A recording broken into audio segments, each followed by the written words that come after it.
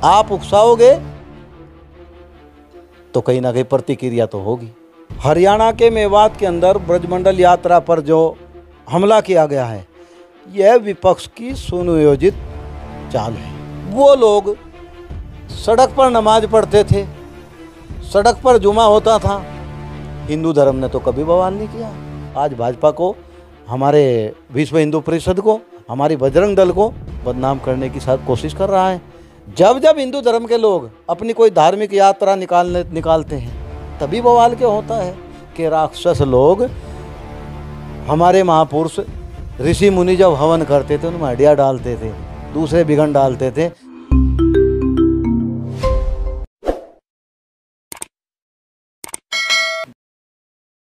नमस्कार, स्वागत है आप सभी का हिंदुस्तान 24 पर और मैं आप सबके साथ विपिन चौधरी। हरियाणा के मेवात में ब्रजमंडल यात्रा के दौरान हुई सांप्रदायिक हिंसा की चर्चा इस समय पूरे देश में है और विपक्ष तो इस घटना पर बड़े सवाल उठा रहा है। विपक्ष का कहना ये है कि ये तो भारतीय जनता पार्टी का पूर्व नियोजित कार्यक्रम था। चूँकि हरियाणा में भारतीय जनता पार्टी की सरकार है, विपक्ष ये भी कह रहा है कि 2024 में लोकसभा चुनाव होना है और हरियाणा में भी विधानसभा चुनाव होना है, तो भारतीय जनता पार्टी को एक तरह से अपना माहौल बनाना है। आज हरियाणा के मेवात की घटना पर ही हम बात करेंगे और बातचीत करने के लिए आज हमारे साथ भारतीय जनता पार्टी से लंबे समय से जुड़े हुए राम कुमार शर्मा जी मौजूद हैं। राम कुमार शर्मा जी, सबसे पहले तो हिंदुस्तान 24 पर मैं आपका बहुत बहुत स्वागत करता हूं। विपिन जी, आपका, आपके चैनल का और समस्त टीम का धन्यवाद करता हूं। मेरा सवाल सबसे पहला यही है कि हरियाणा के मेवात में जिस तरीके से सांप्रदायिक हिंसा हुई है, तो उस पर आप क्या कहना चाहेंगे? हरियाणा के मेवात के अंदर ब्रजमंडल यात्रा पर जो हमला किया गया है, यह विपक्ष की सुनियोजित चाल है। इनके पास दूसरा कोई मुद्दा नहीं है भाजपा को हटाने का। ये चाहते हैं इस तरह का दंगा उन्माद देश के अंदर फैलाया जाए। जब जब भी भाजपा ने साथ लेकर के इन लोगों को भी साथ, दूसरा जो समुदाय जिसने हमला किया है उसको साथ लेकर चलने का अगर काम किया है, वो साथ आना ही नहीं चाहते। उदाहरण के तौर पे तीतरों में हमारी सरकार ने, मेरी नगर पंचायत तीतरों है, मंडल अध्यक्ष के नाते मैं वहाँ पर रहता हूँ, 1000 प्लस मकान दिया है, लेकिन हमें वोट कितना मिला? माननीय किरत सिंह जी लड़े विधायक। मुस्लिम बूथ जितना भी है 2 वोट। 2 वोट का मतलब क्या है कि भूल से डल गई। 3 वोट, 1 वोट। ये भाजपा के साथ चलना ही नहीं चाहते और ये बड़े दुख का विषय है। इसी का फायदा विपक्ष उठाता है कि देश के अंदर दंगा करा करके, अभी जातिवाद का जितना देश के अंदर मामला सामने आ रहा है, विपक्ष के पास दूसरा कोई कहने के लिए कुछ भी मुद्दा नहीं है। केवल जातियों में बांट करके भाजपा को कैसे हटाया जाए, ये विपक्ष की चाल है। विपक्ष कह रहा है कि भारतीय जनता पार्टी की चाल है, आप कह रहे हैं कि ये विपक्ष की चाल है।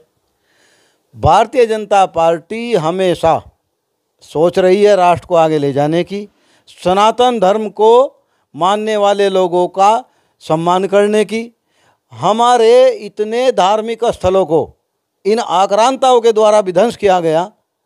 आज माननीय योगी जी ने अपने इंटरव्यू में कहा है कि वो समाज भी समझे कि कहीं ना कहीं गलती हमारे बुजुर्गों से हुई है। मैं पूछना चाहता हूँ, क्या कोई किसी नेता का बयान आया? मुस्लिम नेता का बयान नहीं आया। विपक्ष जो राजनीति करना चाहता है हमारे सामने, क्या किसी का बयान आया? केवल जातियों में बांटना, धार्मिक रूप से बंटवारा करना, ये इनका षड्यंत्र रहा है। इसी के आधार पर इन्होंने देश में इतने सालों तक राज किया है। अब वो दिन लद गए हैं। आप जितना भी यहाँ दंगा फैलाने की कोशिश करोगे, सरकार मुंह तोड़ जवाब देते हुए इस पर नकेल डालने का काम करेगी। हरियाणा में तो भारतीय जनता पार्टी की सरकार है, तो विपक्ष का कहना ये है कि ये घटना आखिर घटी कैसे? विपिन जी, हरियाणा का मेवात, राजस्थान का मेवात पूरे देश में जानते हैं। विपक्ष की सरकारों ने वहाँ के हालात जम्मू कश्मीर और पश्चिम बंगाल जैसे कर दिए हैं। भारतीय जनता पार्टी की सरकार है हरियाणा में। ऐसे लोगों को रास्ते पर लाने के लिए, इनको नकेल डालने के लिए अभी बहुत संघर्ष करना पड़ेगा, बहुत प्रयास करना पड़ेगा। इनकी मानसिकता हमेशा से रही है कि देश के अंदर दंगा फैलाया जाए, आप देख रहे होंगे कैसे कैसे माफिया लोग पंजाब तक उत्तर प्रदेश के शरण लेते थे, लेकिन भारतीय जनता पार्टी की सरकार इसके लिए संकल्पबद्ध है और कई बार प्रयास किया गया है ऐसे लोग सामने आए और अपने पूर्वजों की गलती को स्वीकार करें, लेकिन उनकी सोच हमेशा देश विरोधी रही है, देश को तोड़ने की रही है, उन्हें देश से कोई लगाव नहीं है। और मैं आपको इस बात के लिए आश्वासन देना चाहता हूं अपनी पार्टी की ओर से, अपनी सरकार की ओर से, कि ऐसे ओछी मानसिकता के लोगों के सपने कभी पूरे नहीं होंगे। मेवात का सच 2-3 दिन में सामने आ जाएगा और इसके अंदर भी जैसे मालेगांव के का विस्फोट के मामले में हमारे धार्मिक गुरुओं को, सनातन धर्म के मानने वाले को फंसाया गया था, इसमें भी इसी तरह का षड्यंत्र सामने आएगा। विपक्ष तो ये बात भी कह रहा है कि 2024 में लोकसभा का चुनाव होना है और हरियाणा में भी विधानसभा का चुनाव होना है, तो ये तो भारतीय जनता पार्टी ने एक तरह से प्रयोग किया है। विपक्ष मुद्दाहीन हो गई है, कोई मुद्दा उनके पास नहीं है। वे लोग इस बात को स्वीकार क्यों नहीं करते कि पश्चिम बंगाल में राष्ट्रीय स्वयंसेवक के बहुत से कार्यकर्ताओं पर हमला होता है, जो भी भाजपा के लिए काम करता है, सनातन हिंदू धर्म के लिए बोलता है, कर्नाटका, आसाम, वहाँ पे हमारे हिंदू भाइयों का कत्ल किया जाता है, तालिबानी तरीके से कत्ल किया जाता है। वहाँ क्या भारतीय जनता पार्टी का प्रयोग है? क्या भारतीय जनता पार्टी वहाँ भी अपना कोई एजेंडा चलाती है? बिल्कुल सफ़ेद झूठ है, इनका सच सामने आने वाला है। और एक बात और बताना चाहता हूँ, ये इस तरह के दंगों के पीछे षड्यंत्र हो सकता है कि आए दिन इनके जो भ्रष्टाचार की पोल खुल रही है, इनकी जांच हो रही है, ये बहुत देश का पैसा दबाए बैठे हैं। हो सकता है ऐसे मामलों को कि कहीं दबाया जा सके, देश के अंदर दंगा पैदा करके माहौल ख़राब करने की पूरी विपक्ष की साजिश है। जल्दी इसका खुलासा हो जाएगा। ब्रजमंडल यात्रा से पहले जो आयोजक थे उन्होंने अपना वीडियो जारी कर दिया था और ये भी बता दिया था कि भाई वहाँ से ये यात्रा निकलेगी। तो सवाल ये है कि प्रशासन से क्या इसमें किसी प्रकार की चूक हुई है? जहाँ तक सोशल मीडिया के माध्यम से जानकारी में मामला आया है, ये कोई बड़ा विषय नहीं होता। हमारी पार्टी के लोग, और मैं खुल के इस बात को कहना चाहता हूँ, हिंदू धर्म के मानने वाले, सनातन धर्म के लोग कभी भी दंगे की या उन्माद की स्थिति में नहीं होते। अगर कहीं परमिशन, हालांकि परमिशन ली होगी, लेकिन अगर कहीं कोई चूक रही होगी, इतनी बड़ी यात्रा कावड़ की निकली अभी शांतिपूर्ण तरीके से, करोड़ों कावड़िया अपने गंतव्य पर पहुंचकर जलाभिषेक किया।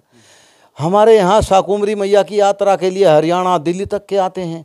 हम खाटू श्याम जी बड़ी बड़ी यात्रा लेकर जाते हैं, अभी गोगा जी जारवीर की लेकर के जाएंगे बहुत सारे हिंदू धर्म के लोग। कहीं कहीं दंगा हुआ है क्या? होता है क्या? ऐसा क्या कारण है? बड़ा सोचने का, विचार करने का विषय है। परमिशन बड़ा विषय थोड़ा ही है कि यार हर बात को लेकर के परमिशन होगा। अगर पहले लिया होगा, नहीं लिया, तो हम तो शांतिपूर्वक तरीके से अपनी यात्रा निकाल रहे थे।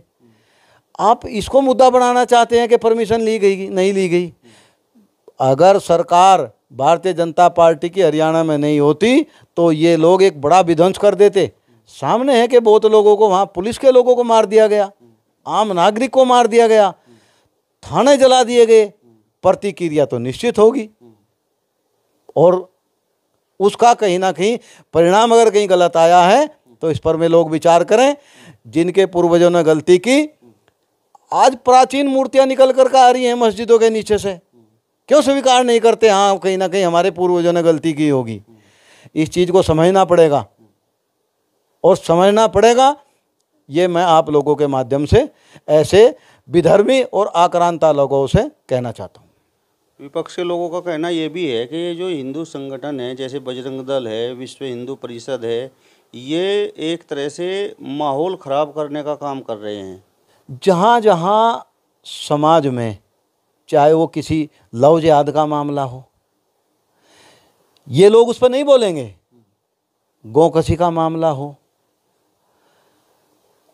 इस तरह का कोई सनातन धर्म पे चोट पहुंचाने का मामला हो, धार्मिक भावनाओं को ठेस पहुंचाने का मामला हो, वहाँ हमारा बजरंग दल के कार्यकर्ता, विश्व हिंदू परिषद के कार्यकर्ता, जिम्मेदार लोग पहुंचने का काम करते हैं। इन संगठनों को बदनाम करने के लिए इनके पास और कोई दूसरा चारा नहीं है। ये चाहते हैं कि ये लोग हमारी इन बातों से, इन आरोपों से डर करके सनातन धर्म की बात उठाना छोड़ दें। आखिर आप लोग 70 साल तक राज करते रहे, देश का एक बड़ा तबका, बड़ा हिस्सा, बड़ी आबादी ईसाई धर्म ग्रहण कर चुकी, आपने सनातन धर्म की रक्षा क्यों नहीं की? साउथ में जाइएगा, वहाँ हिंदू धर्म के लोगों का रहना आसान नहीं है। वो किन लोगों के समय में इतना बड़ा धर्मांतरण हुआ, कहाँ से फंडिंग होती थी? आप लोग क्यों नहीं रोक पाए? आज विपक्ष, जब उनके पास उनकी पोल पट्टी खुलने लगी है, कोई जवाब नहीं है, आज भाजपा को, हमारे विश्व हिंदू परिषद को, हमारी बजरंग दल को बदनाम करने की कोशिश कर रहा है। ये बिल्कुल निराधार है। जहाँ पर ये घटना घटी, कुछ लोगों का ये भी कहना है कि ये जो हिंदू संगठन है, इन लोगों ने वहाँ पर रुक रुक कर नारेबाजी की और उन लोगों को उकसाया।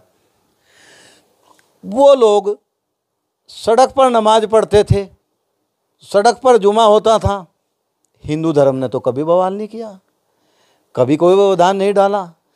नानोता के अंदर आपको जानकारी होगी, आप भी मेरे क्षेत्र से ही हैं, नानोता बस स्टैंड जो दिल्ली रोड का मार्ग है, वहाँ मस्जिद के सामने आधी से ज़्यादा सड़क पर जुमा की नमाज पढ़ी जाती थी। सब लोग, चाहे वो ज़्यादातर हिंदू आबादी हमारे क्षेत्र में है, आवागमन भी हमारा होता है, हम आराम से साइड से निकल जाते थे, अपने वाहन रोक देते थे। जब जब हिंदू धर्म के लोग अपनी कोई धार्मिक यात्रा निकालते हैं, तभी बवाल क्यों होता है?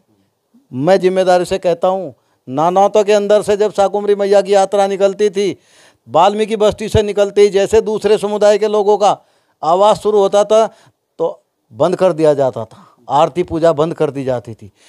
चुपके से, धीमे से, शांतिपूर्वक निकलते थे वहाँ से।